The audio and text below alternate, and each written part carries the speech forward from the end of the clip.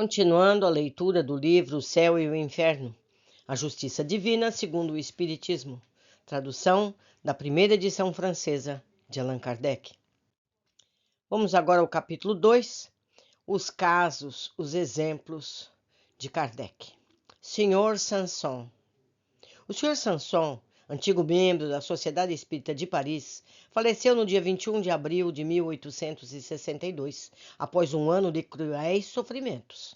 Prevendo a própria morte, havia dirigido ao presidente da sociedade uma carta com o seguinte teor: caso seja surpreendido pela separação entre minha alma e meu corpo, gostaria de reiterar um pedido que vos fiz há cerca de um ano, que é o de evocardes meu espírito o mais rapidamente possível e tantas vezes quantas julgares apropriados, a fim de que, membro assaz inútil da nossa sociedade durante a minha presença na Terra, possa eu, de além-túmulo, a ela servir de alguma forma, dando-lhe os meios de estudar fase por fase, através das evocações, as diversas particularidades que acompanham o que o vulgo chama de morte, mas que para nós espíritas é apenas uma transformação, conforme os insondáveis desígnios de Deus, mas sempre útil ao objetivo que ele, Deus, se propõe.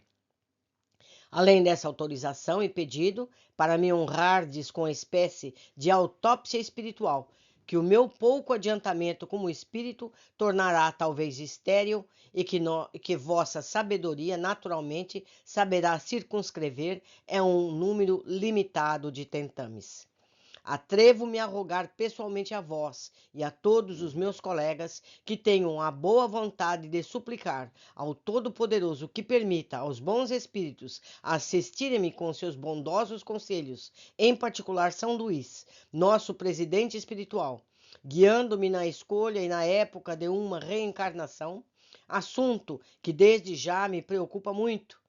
Receio enganar-me sobre minhas forças espirituais, pedindo a Deus, muito cedo e presunçoramente, um estado corporal no qual não possa justificar a bondade divina e que, em vez de servir para meu avanço, prolongaria a minha estada na terra ou em outra parte, caso eu fracasse.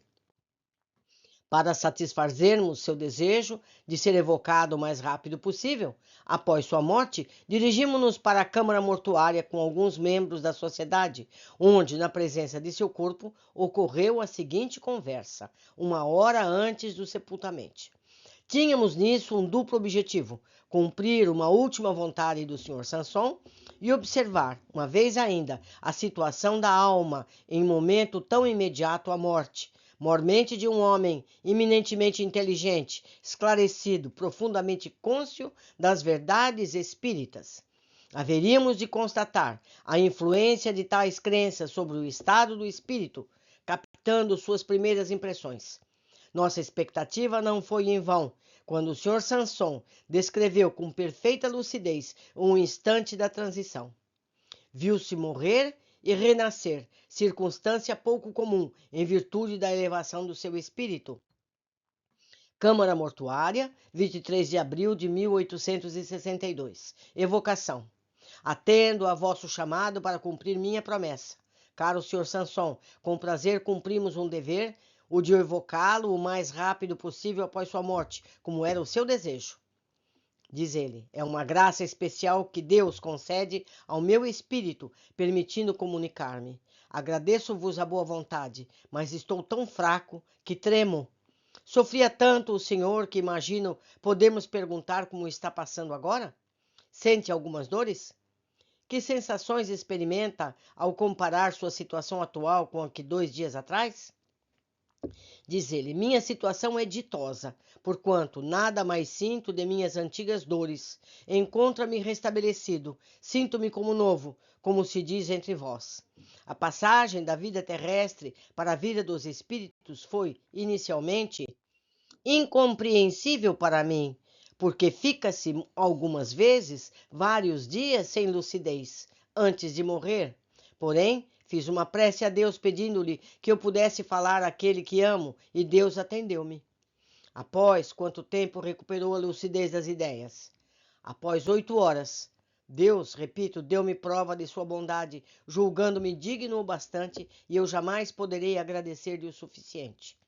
5. Estais bem seguro de não pertencer mais a este mundo? Como certifica disso? Certamente não pertenço mais a vosso mundo, mas estarei sempre a vosso lado para vos proteger e sustentar, para pregar a caridade e a abnegação, que foram os guias da minha vida. Depois ensinarei a verdadeira fé, a fé espírita, que deve enaltecer a presença do justo e do bom. Estou forte, muito forte, em uma palavra, transformado. Não reconheceríeis mais em mim o velho enfermo que tudo precisava esquecer, evitando todo prazer, toda alegria. Sou o Espírito, minha pátria é o espaço, meu futuro é Deus, que resplandece na imensidade. Bem queria eu poder falar a meus filhos para ensinar-lhes aquilo em que nunca creram por má vontade. 6. A visão do seu corpo aqui ao lado provoca-lhe que efeito? Meu corpo sou pobre e ínfimo despojo. Tu deves voltar ao pó, enquanto eu guardo a boa recordação de todos aqueles que me estimaram. Vejo esta pobre carne deformada, morada do meu espírito, provação de tantos anos. Obrigado, meu pobre corpo, purificaste o meu espírito, e o sofrimento 10 vezes bendito garantiu-me posição bem feliz, já que disponho de imediato da possibilidade de vos falar. Item 7. Conservou o Senhor sua consciência até o último momento? Sim, meu espírito conservou suas faculdades. Mesmo sem ver, podia, no entanto, pressentir. Toda a minha existência desenrolou-se em minha memória, e o meu último pensamento, minha última súplica foi a de poder vos falar, o que faço agora. Em seguida, pedi a Deus de vos protegesse, para que o sonho da minha vida fosse realizado. Questão 8. Teve consciência do momento em que seu corpo exalou o último suspiro?